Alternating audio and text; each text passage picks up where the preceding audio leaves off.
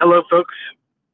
Welcome back to another edition of the ARK Daily Podcast. This is Saturday, and we are conducting the podcast number 292. Fortunately, today we will not have the participation of our co-pilot, Coach Mistletoe. He is still in his travels. We'll get settled in, and hopefully will be with us as soon as tomorrow. Thank you all for your patience, for being here. We will not have an update from our good friend Brett Nordine today. But I can tell you that we do have a Spark Prize winner. I've gone ahead and posted it. We launched it before. I'm on a journey right now, driving. So I had to do it before leaving. So you'll be able to find the information of who the MVP was and who the winner of the Spark was in the message that's been posted. I'm driving, not a good idea to be looking through the phone and reading. With that, we want to go ahead and make good use of having this opportunity today to have our good friend and our very own crypto DeFi expert, the one and only Mr. Z, grace us with his presence and drop the alpha. What a week in crypto. A lot of the talking heads, their mouths are wide open. Some folks I've seen on their YouTube, little avatars, their jaws are dropped to the floor. Heinous debacles, a lot of moves happening. And Mr. Z, are we 2 weeks away from an answer as to the BlackRock ETF? I Or think EFT? I think it's for the first week of September. We'll get some updates there, so I'm looking forward to that. Okay, fantastic. Well, brother, I'll turn it over to you. Thank you for your assistance, and great to have you here, brother. Always a pleasure. Yours. Amazing. So I'm gonna kind of share my screen with you guys here. And if any of you can tell me if they can see my screen, then I can start commenting.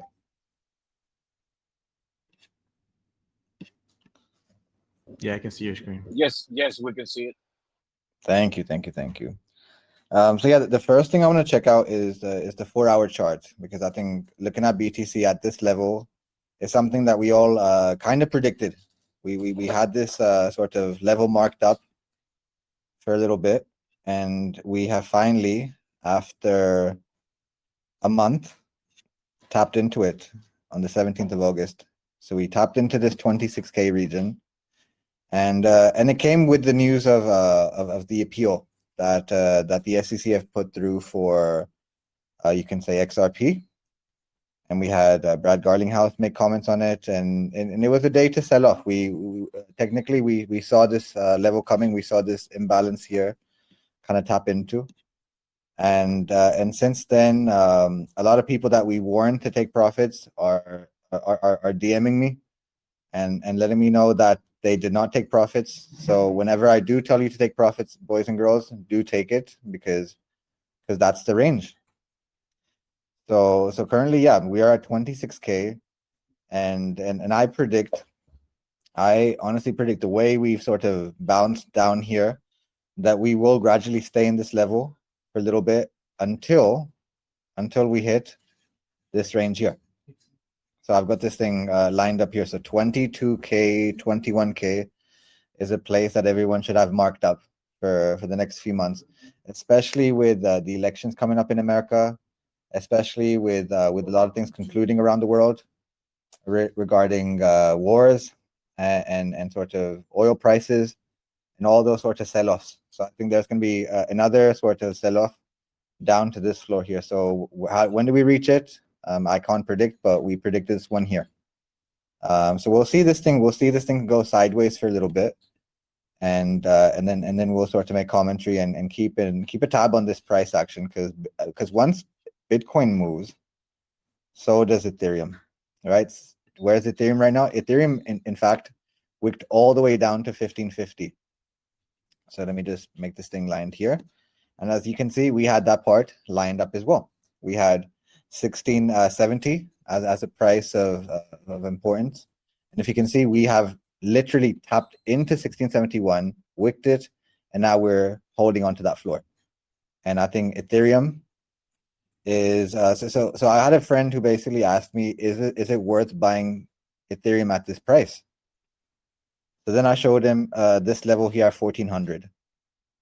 So I'm going to make a little support here. So this is my level for Ethereum right now. I think Ethereum goes down to 1390, 1387. And so Bitcoin follows Ethereum, Ethereum follows BNB, they all follow each other, and we have seen BNB also fall as well.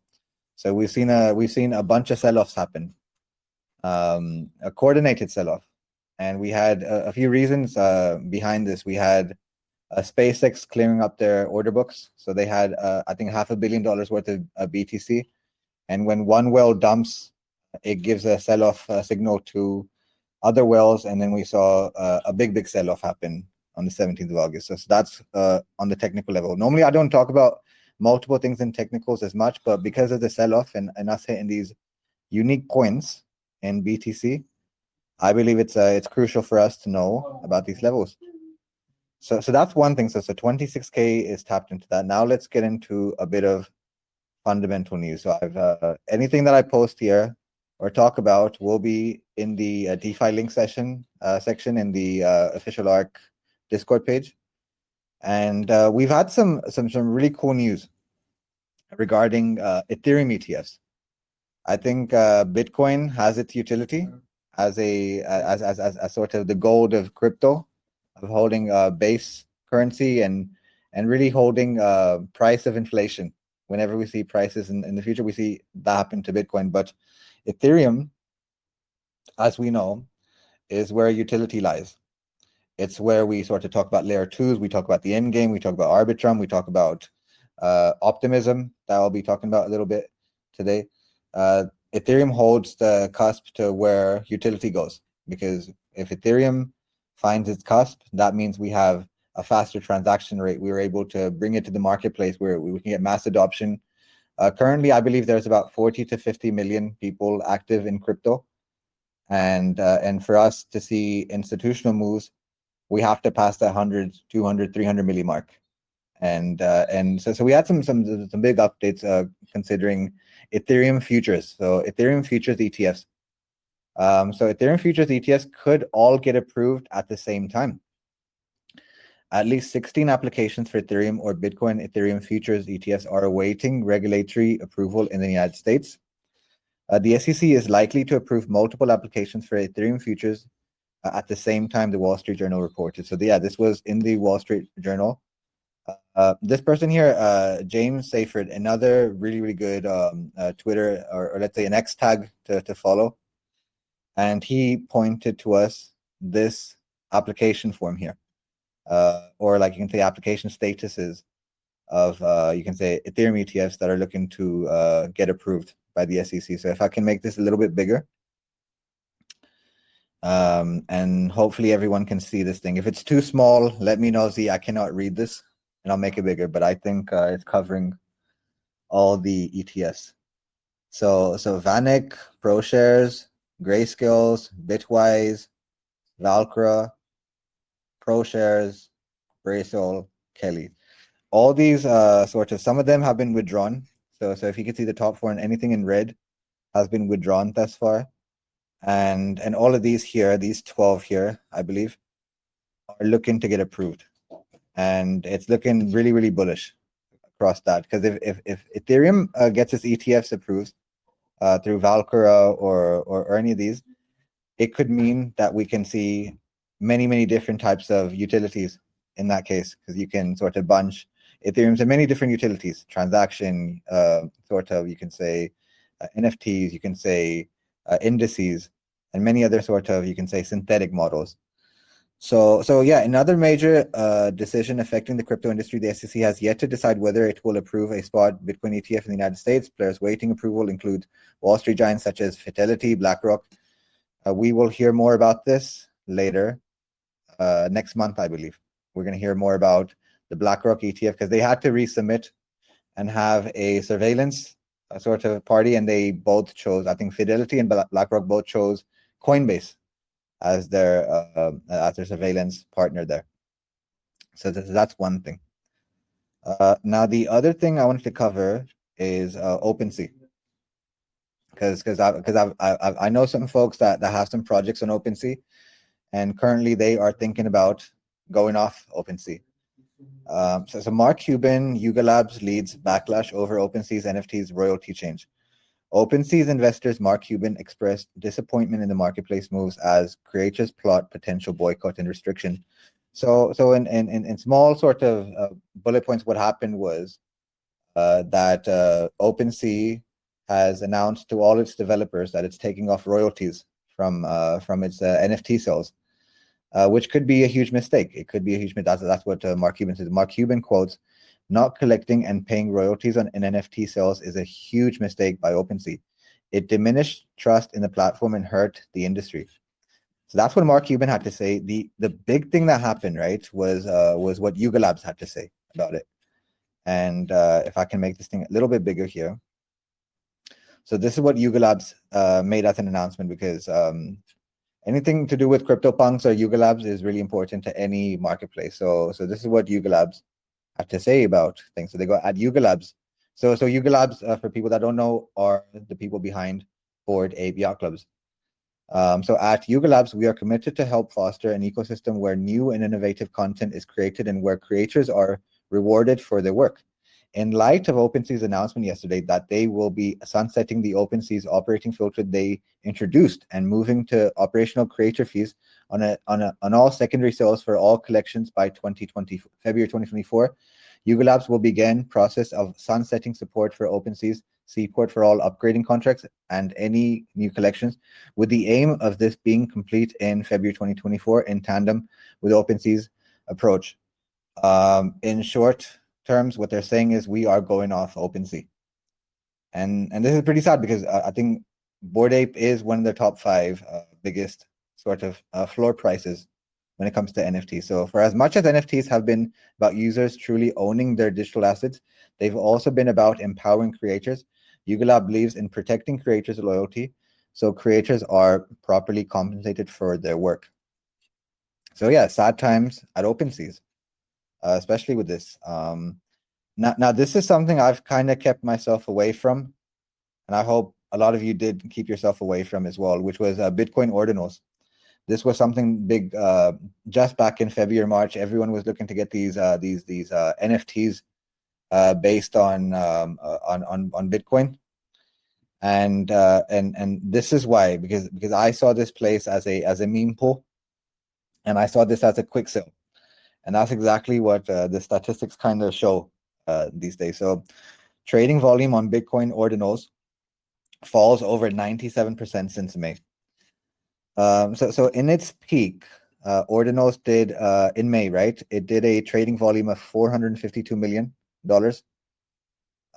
Now, I believe, and how many? So you had $452 million done in you can say volume, and then you had, I think, about 79,000 unique active wallets, right? So UAW. So you had 79,000 wallets that were basically pretty active, buying, selling on ordinals. Now you have 6,708. So we kind of here on the ARK podcast, we kind of look into these things before the hype sort of builds on these trades. So this is something I saw. I saw this as a quick sell and an empty pool by the end of the year, and that's what we see this thing happen to be. So the decline raises pivotal questions about the futures of NFTs on the Bitcoin blockchain. It really does. So that's the news there. Now, I think that sort of concludes the DeFi session for today. I think these were the important stuff. Next week, we're going to kind of talk about stablecoins a tiny bit, especially with PayPal bringing in PYUSD. And yeah, those are the updates I have for today. I hope you guys found that fruitful. Thank you. Thank you, Mr. Z. Great alpha there, great commentary. A lot happening. Let's see what this week holds. Got a lot happening also in the culmination of all the work for Terra is going to be coming to the launch very, very soon. So very excited about that.